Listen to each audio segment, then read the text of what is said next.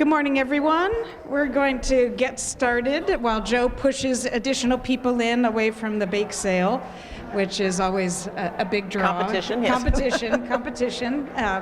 But I wanted to thank you all for joining us this morning. I'm Betsy Samuel, for those of you who I haven't met, and Joe and I are the chair people of the Adult Forum.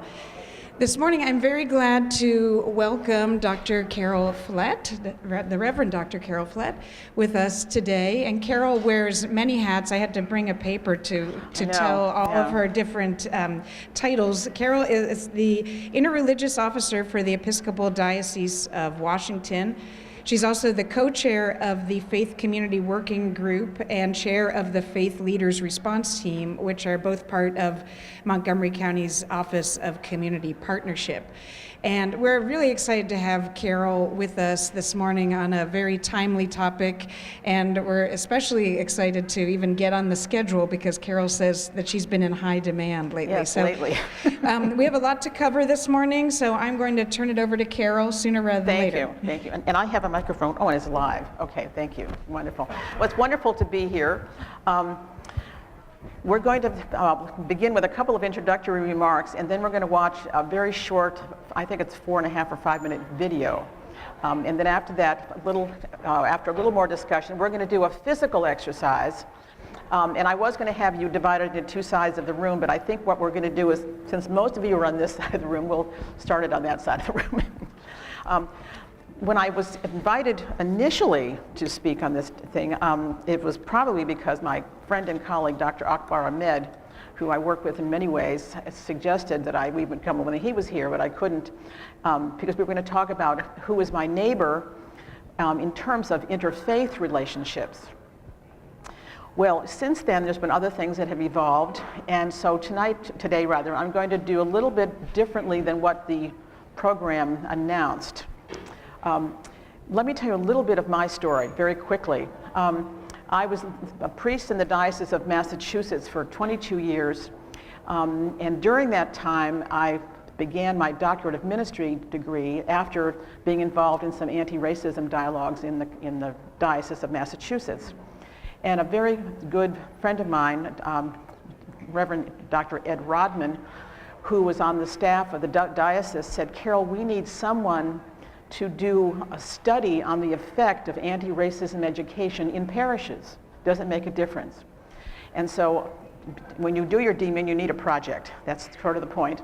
And so I spent 3 years arranging and facilitating anti-racism dialogues in the Diocese of Massachusetts. The timing was really very good because a little bit of what was going on in the Episcopal Church. The church has for generations behaved in racist ways that you may not even have been aware of, but people of color are aware of them. And so there's been this awakening to our history of the ways that we have separated churches, considered candidates for ordination differently, et cetera, et cetera. And so, but the commitment of the Episcopal Church to changing that behavior started only in 1991, not that long ago. And some of you will remember, Joe might remember this from 1991. The Episcopal Church had its triennial convention in Phoenix, Arizona. And does anyone can remember why having a convention in Phoenix, Arizona in 1991 was a problem? It was controversial. It was because that state refused to recognize Martin Luther King Jr. For a holiday. And so there was conflict within the Episcopal Church. Well, we don't want to have our convention there then. But the presiding bishop at that time said, no, that's exactly why we should go. We're going to make this one of our things we talk about. So they had a resolution in 1991 that they would begin 9 years of anti-racism dialogues throughout the country in Episcopal churches. And that's where my friend, Reverend Canon Ed Rodman, came to me and said, we need you to be a part of that process. And so then I got on the National Anti-Racism Committee. And so at the conclusion of my DMin, I did do the study on the effect of anti-racism education in suburban parishes. And I learned a number of things, which I'll not talk about at this particular one, but maybe later, some important lessons I learned. So that's one of the reasons that about last July in Montgomery County, there were 2 town halls to talk about police profiling. And I just think Montgomery County is just a county from heaven. There's such diversity, we all get along so well, et cetera, et cetera. Well, my heart bubble was burst when I went to a town hall where 350 people gathered, and we heard the venting of people of color, one after the other, about the experiences they've had in the public schools and with the fire department and the police department.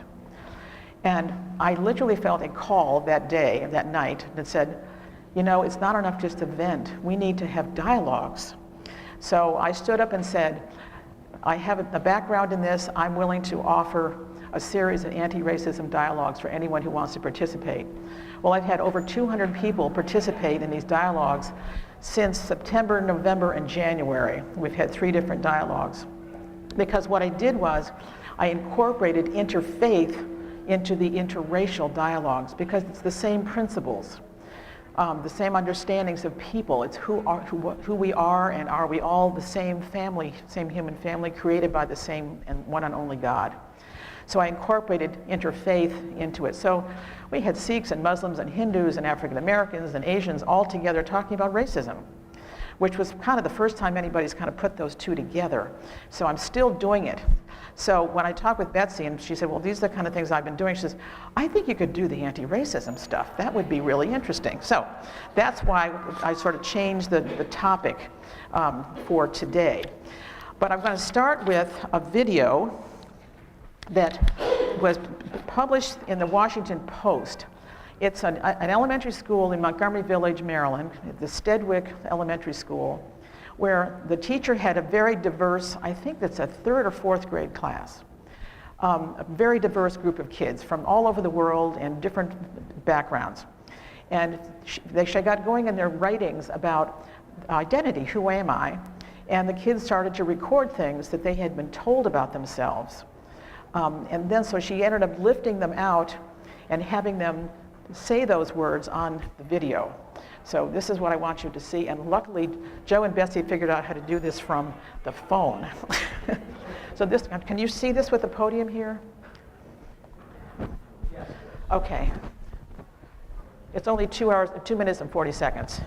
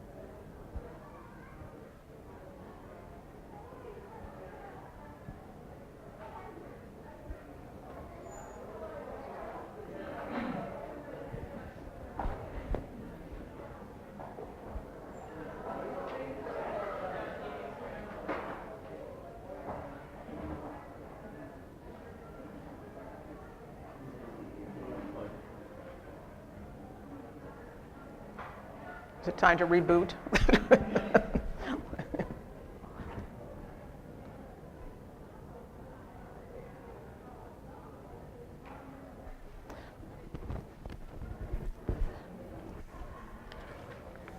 While he's doing that, I'm going to give you some vocabulary words to think about. What is prejudice? What is bigotry? What is discrimination?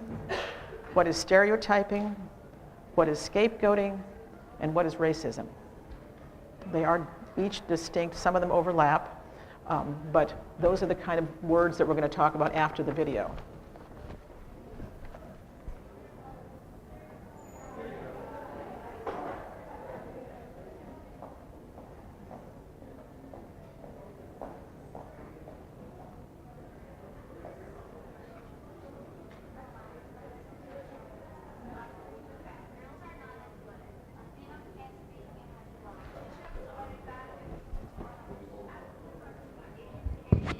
All black people are thieves. People from Mexico bring nothing good. I'm too pretty to be Togolese. The lie. All white people are racist. The truth. I'm white and I'm not racist. I care for people who live another race. I may have brown skin, but I'm the same as you. If you test me, I will succeed. And you underestimate me by the color of my skin, I'm tired of the hurtful words. Latinos like me can speak English well. They are learning, doing their best. Have you learned a second language?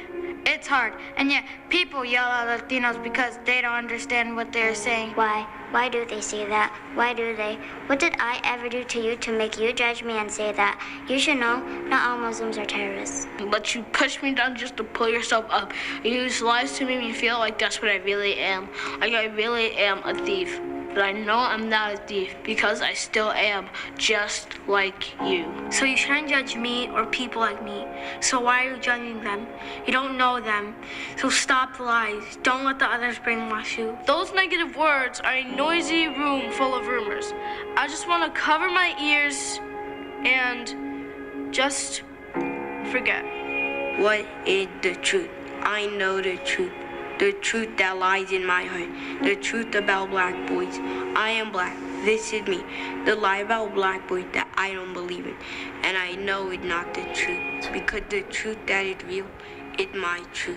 Girls can definitely be athletic. I am Asian. I play soccer. I can be pretty and be Togolese. Beautiful people come from all over the world. I am Latino, and I can speak English. I'm not a thief. I've never stolen anything. I'm not a terrorist, so think again. I am black. I am not aggressive. I would not harm anyone. Everybody deserves equal rights. Everybody deserves respect for who they are. Racist people don't believe these things. I'm not one. I am you.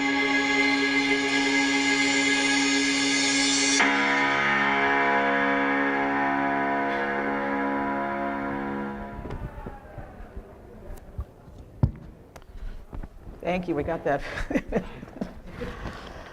It's a great video, and Betsy has the link to it.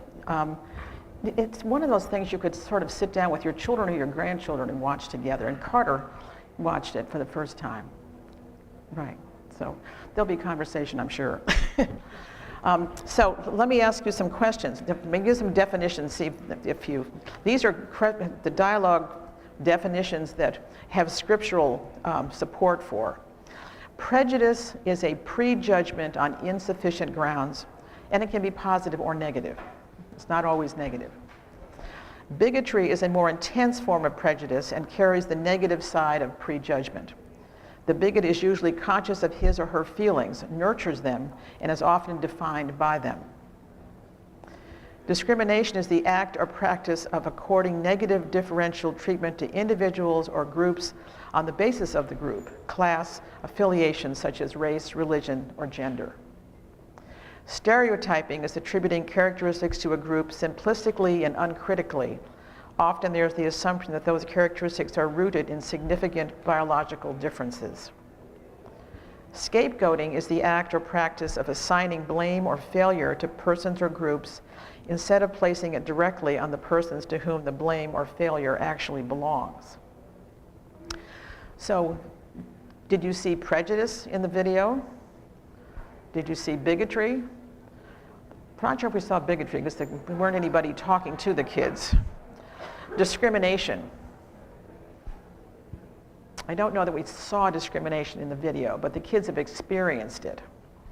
And the stereotyping, clearly those kids have heard stereotyping, in their, and as they're talking with Joe, these things are in the air. We don't know where the kids are picking these things up, whether it's television, media, commercials, covers of magazines, overhearing conversations from other people they may not know, or whether there's actually discrimination and prejudice being talked about indirectly in the home. I've always convinced that kids learn by eavesdropping.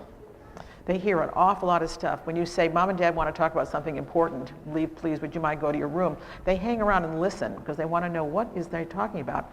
So I'm sure these kids have heard during the presidential election campaign, there were a lot of negative comments about different people and groups, and kids overhear those things. And I was amazed that some of the younger children that hear these talk about them in school now. This has become sort of permission to talk about people, and no matter where you are, no matter how old you are. The scapegoating is sort of, there's a lot of that going on, blaming people for things that they haven't done, but because they're a part of a group that they assume is contributing to that. Now, racism is something altogether at a higher level. Racism is the prejudice plus power.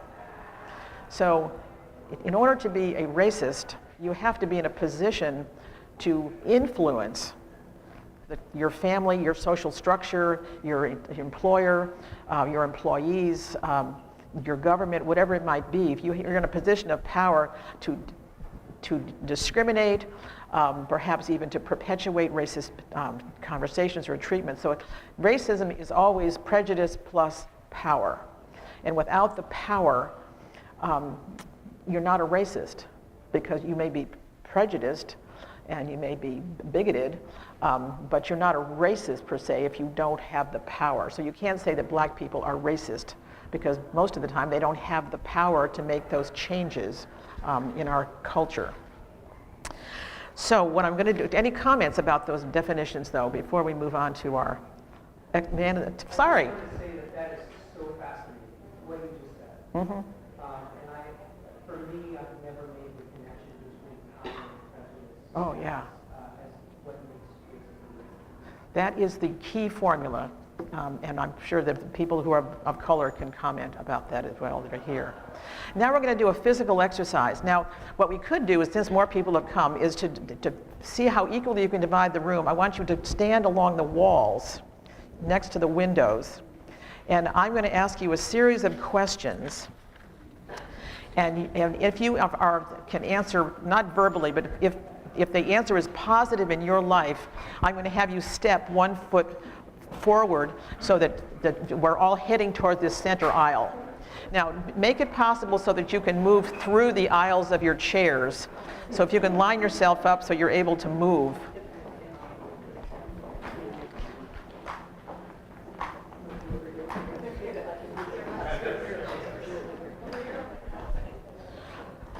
This is an exercise that's in the Episcopal Church's Manual on Anti-Racism Education. It's called Race to the Wall, but I'm going to do Race to the Center today. So I want you to listen to the questions. There's 18 of them. And so if you are positive, you don't have to respond verbally, but just step 1 foot forward toward the center. If you have a post-secondary degree or advanced education, take 1 step forward. If you are a Christian, step 1 step forward. Christian. I hope most of you should have stepped. Yeah. If you are a man, step 1 foot forward. If English is your first language, take 1 step forward. If, as a child, you had 50 or more books in your home and read some of them, take 1 step forward. If you are a native-born citizen of the United States, take 1 step forward. If you can self-identify as white or Christian, take 1 step forward. If you ever owned a home, take 1 step forward. You have ever been quoted or pictured in the newspapers, television, YouTube, or some other public venue.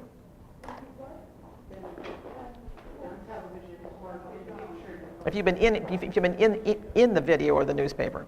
If you can see many people of your race widely represented in virtually all communication media in positive and often powerful roles. Take 1 step forward. Where do you go when you're I know. The other side of the room, I think. All right.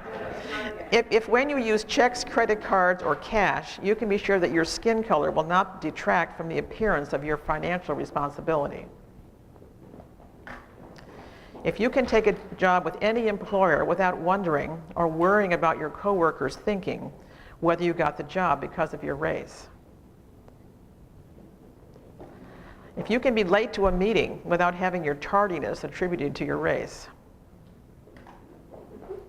If you can do well in a challenging position without being called a credit to your race.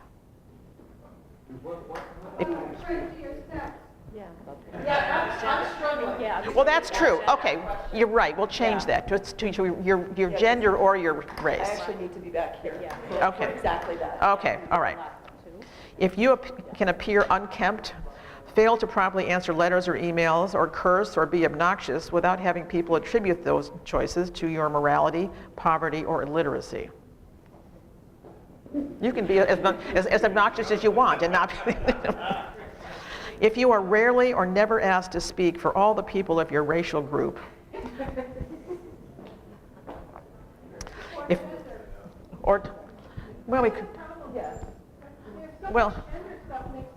Well, it's an anti-racism exercise, though. But we started with a woman question. Yes, we did. We did do that. So yeah. My head was kind of... It's the white men that get ahead. Let's see. If you are stopped by a traffic police officer, you can be pretty sure you have not been racially profiled. We're all going to meet in the middle here. The last one, if you can generally be assured that your children will learn about history and culture from a point of view that affirms power for people who look like you. Okay. Well, of course, this is we're doing this in a middle-class, happy Episcopal parish. But if we had brought two parishes together, an African American parish or a majority African American or a majority Asian community, whatever it might be, you'd have a very different kind of configuration. Because what happens is, and for those of you who have been left behind, we're going to ask you to comment. So who's further back? The question is, who's got to the center? The people who answered yes to all these questions are in the center. And the people who answered no or couldn't answer yes didn't get all the way to the center. Okay.